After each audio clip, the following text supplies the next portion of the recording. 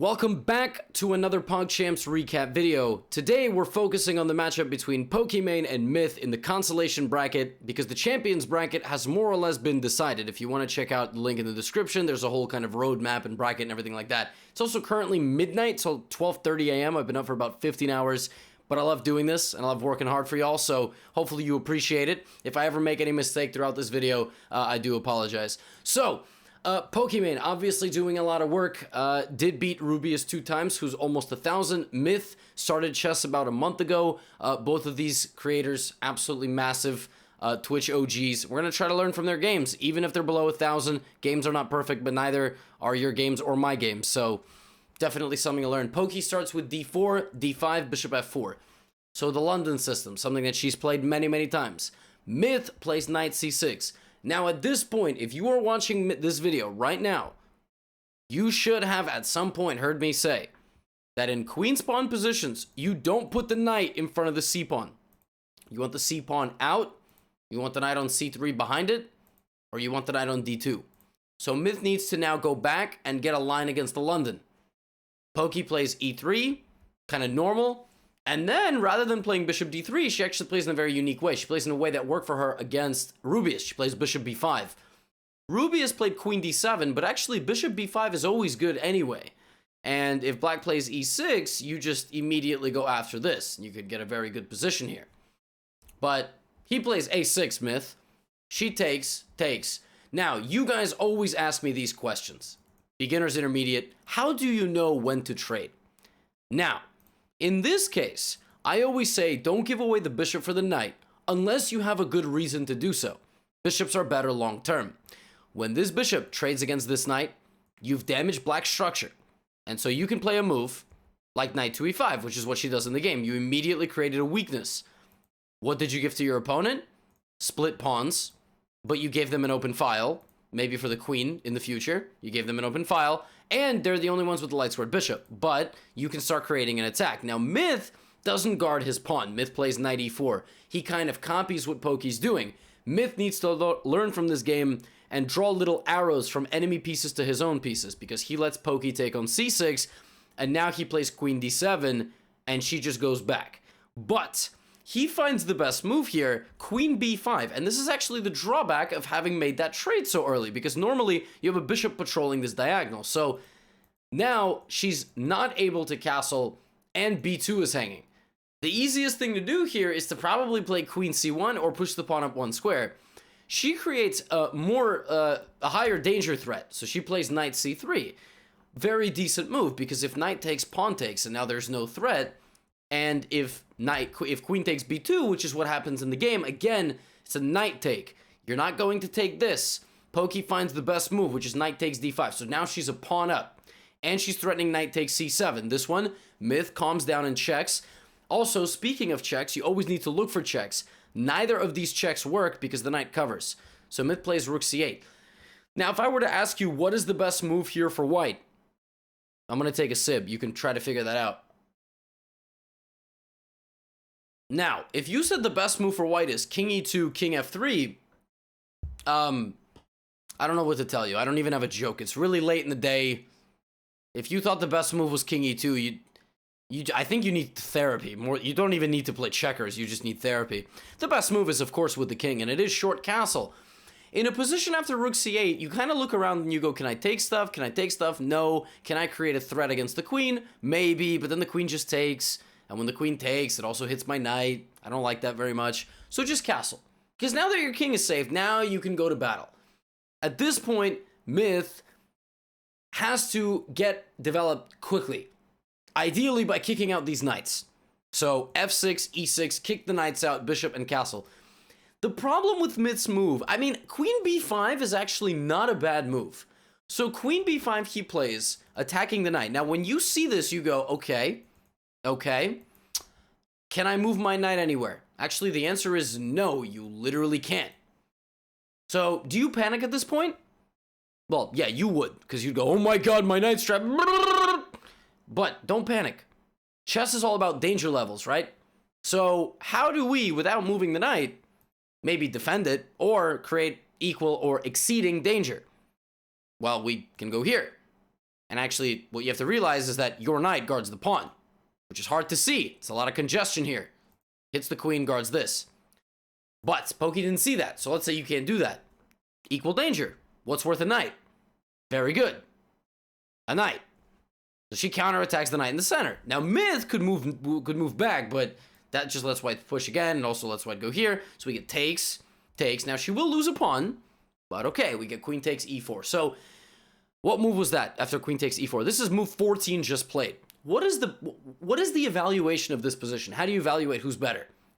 Material, equal. King safety. Okay, definitely black's king is weaker. How do you know that?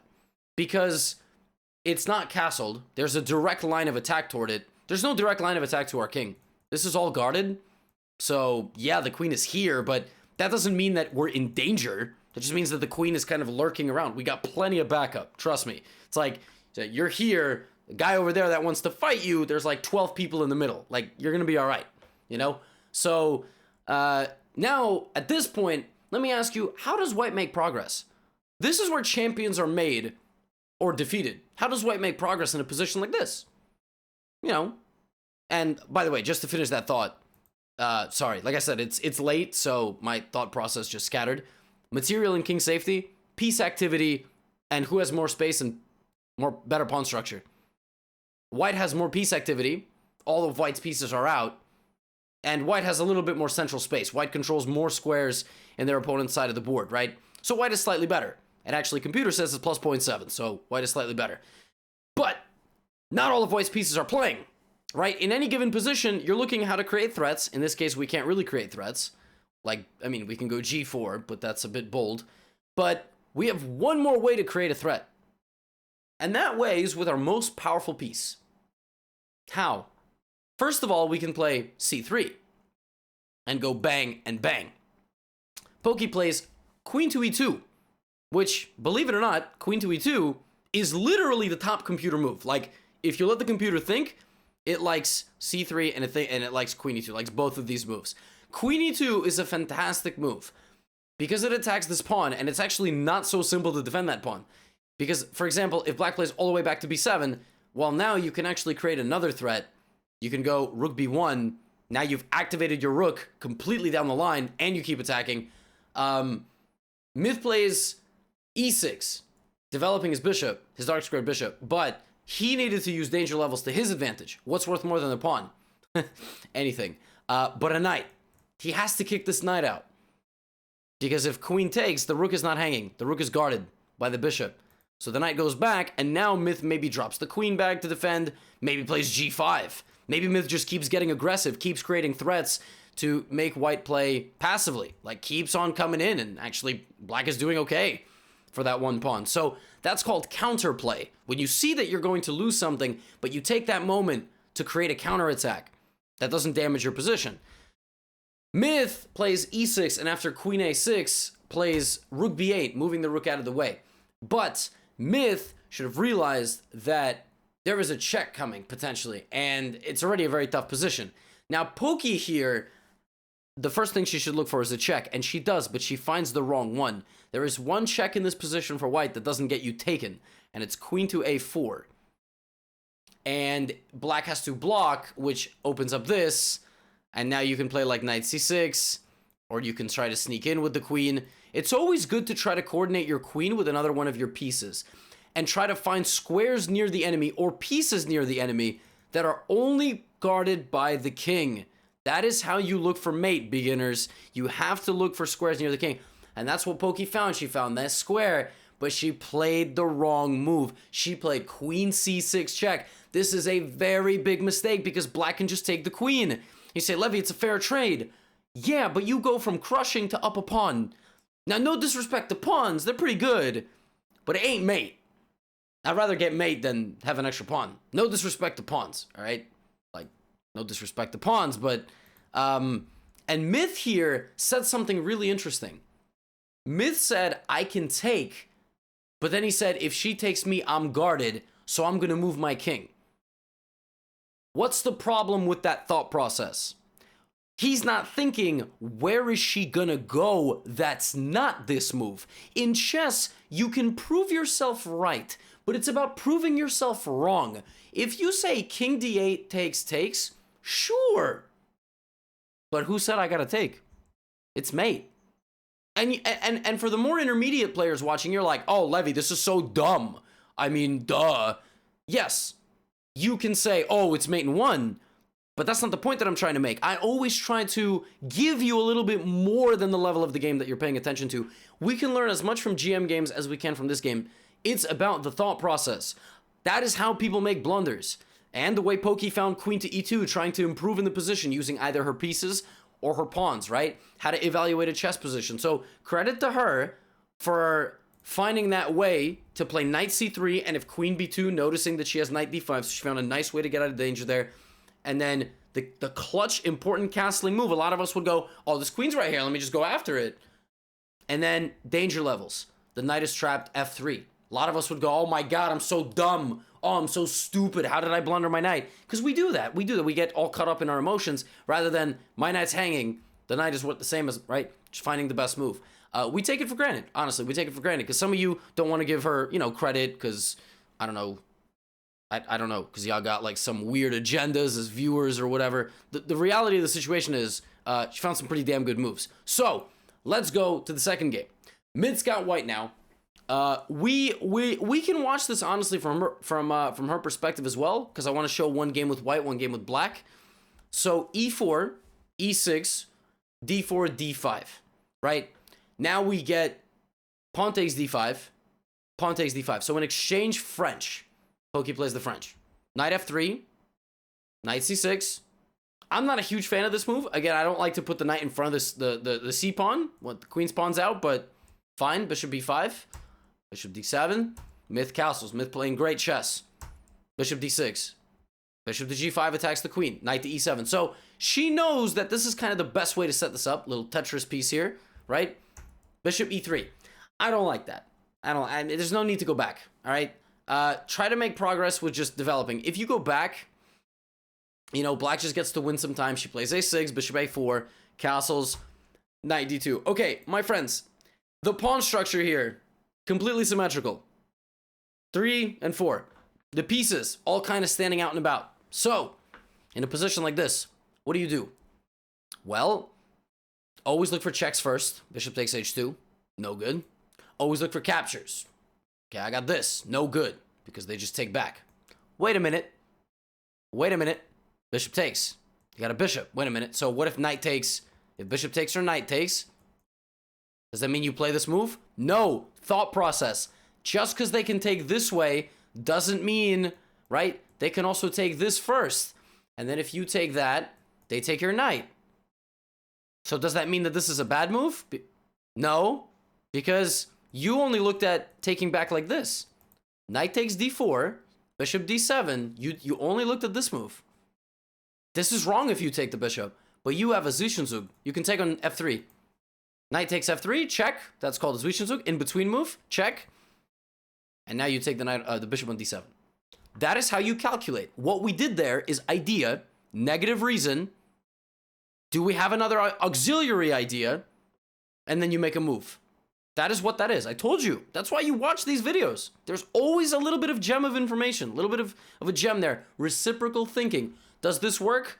Oh, they can just take. Oh, but then I take this. Does that work? Wait, but they get to go here. Oh, but I have this. Check.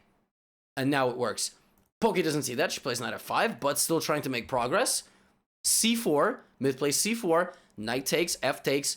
And now she takes on c4. She doesn't want to get taken. Knight c4. So b5 looks like a very good move. And it looks like a fork. Except white will not just move. White will take on d6. So she plays rook e8, activating like this. Is that on her attack? No, it's guarded. But Myth plays rook e1. Now at this point, black, I would say, is a little bit better. A little bit better because black has two bishops. And white has these two pawns in the center, which can be targets. So Poki immediately goes bishop out to g4, pinning the knight to the queen, activating her bishop. Myth responds by playing knight takes bishop, queen takes bishop. So is this trade good for white or bad for white? I would argue it's a little bit not great for white because you've just really activated black's queen and now black targets this way and black is getting there. So while this bishop is good, your knight is also good. I would try to maybe make this trade. That trade is better, actually, than knight d6. Why? You damage my structure. You damage my structure. Maybe then you play rook c1 and you go after my pawn weaknesses. Not all trades are the same.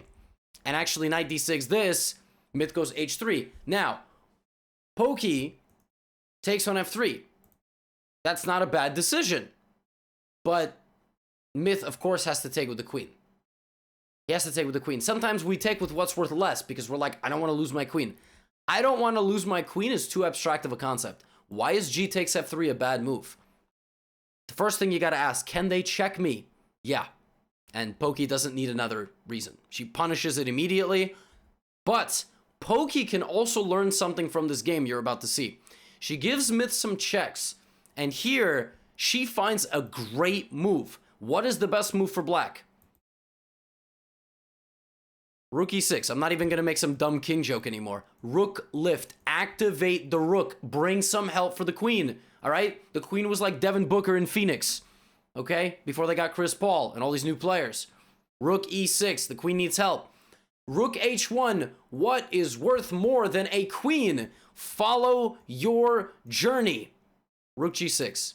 White has only one legal move. King f1. You take the rook. You finish the game. Now, throughout the rest of the game, Poki has something to learn also, despite playing some pretty decent chess. She is a little bit too materialistic in the game conversion, okay? What does that mean? It means that rather than going for the kill, she picks up material here and there. She likes to simplify and take all your pieces, which is one way of converting, but the other way is just to go for the kill. You're going to see what happens in this game. King f1. I apologize. Queen g5 check is what she played. She got her queen out of the way. King goes here. She takes on e3. But now she takes on d4. Rather than just going rook g6. Like, it's literally mate in a few moves. She goes here. Myth doesn't trade queens. Myth goes queen b1 and lines up this. And she sees the free bishop. Again, if she just goes for the check, it's over. But she takes the bishop and And you know how lucky she got? Had she not moved that rook, had she moved the other rook, she would have still had this rook on that square. That would have been mate. Like, that's how we lose. Because we're not thinking checks for the other player. Look how useful it would have been for both of them to spot this. King f8, queen h8, now Myth picks up a rook. Myth is still completely lost. It's mate in 8. But it's only mate in 8 if you give checks. If you give checks. It's mate in 2 now. Queen to e2 and rook to g6. But Poki plays queen b2. Myth goes here. Poki misses queen e2 again to take another pawn. She got lucky again because this is mate if not for the knight. Okay? I don't know if she saw that. I don't know if she saw this and was like, my knight covers. I don't know. I don't know. That might have been a little bit of luck. But that is how we lose games because we lose sight of what's best. We're like, oh, free pawn, free bishop. And that is how, y'all gotta find the best move. It's not about taking free pieces. The best move is gonna be the best move. You always look for checks for you and for them. So, Myth plays queen b7 and now Poki spots it, but she misses the mate with the rook. She takes the rook. That's what I'm saying, too materialistic. And she picks up the pieces, but look at this. Look what happens. She has a couple of mates here, but now Myth gives a check. You know why she played queen f1? Because she's setting up a ladder. Don't set up ladders. Just do them. Just give a check. Give the check. When you have two pieces that can do ladder mate, just give checks. Don't play a slow move. That gives your opponent time. Now check. And now she should go back. She should hide and use the rook as a shield. But in a low time situation with about a minute on the clock, she starts running forward. You know the crazy thing is? This is a draw. Like, she won the first game, so a draw is fine. She still moves on. But queen e7, like, this is a draw. This is actually now a draw. Isn't that insane? I know I've said that like 6 times. Also, you can lose this. Like, you can literally lose this game. Because you're, like, already running your... Like, look, like, you... I'm not even joking, guys. Like, this is how we throw away games, and we just get so mad we want to quit chess. Like, we just run our king forward because we're like, ah! And we just run, you know, like a video game, you know, got some zombies chasing you. But Myth had it. He should have kept giving checks, but he took the pawn. Like, he just took the pawn, and now she just mates him. That's what she set up, right? So she did rough conversion here. That was a rough conversion, and all of us can learn from that. You have to look how they can endanger you. You can't give your opponent time, and you need to do the cleanest cut of the meat, all right? Not like the human that took a very dark turn. I just mean like, you go to a high-end butcher. I'm sorry to all the vegetarians, but you go to a high-end butcher, you want a nice fine cut. You go to a nice restaurant, you want a nice cut of the beef. You don't want the chewy, gross, overcooked, right? Like, you want to go clean cut, done, chip, done, right? We don't want to spend any more time in the kitchen cooking than we have to, because it's efficiency, right? Restaurant will fall behind in service. I don't even know where this analogy is going anymore. I know y'all like my analogies, but Poki defeats Myth, ultimately 2-0, and she moves on. She will face the winner of MrBeast and Michelle Carré, and that's all. Thank you for enjoying this recap once again. I've had a lot of fun. Honestly, I'm having a lot of fun. I know some of you writing, like, take a break, all this stuff. Let me tell y'all right now, I'm loving this. I'm loving what I do. I love recording 2-3 YouTube videos a day, constantly coming up with new ideas. I got like a vault of like 10 different videos right now that I'm planning to make when PogChamps is over. It's gonna be great. And if you haven't seen a video on YouTube that you'd like to see and you want me to do it, let me know the subject in the comments below. I posted about this on Twitter, so feel free to follow there as well. MrBeast responded, so gave me some good suggestions. So for now, I will see you tomorrow. Bye.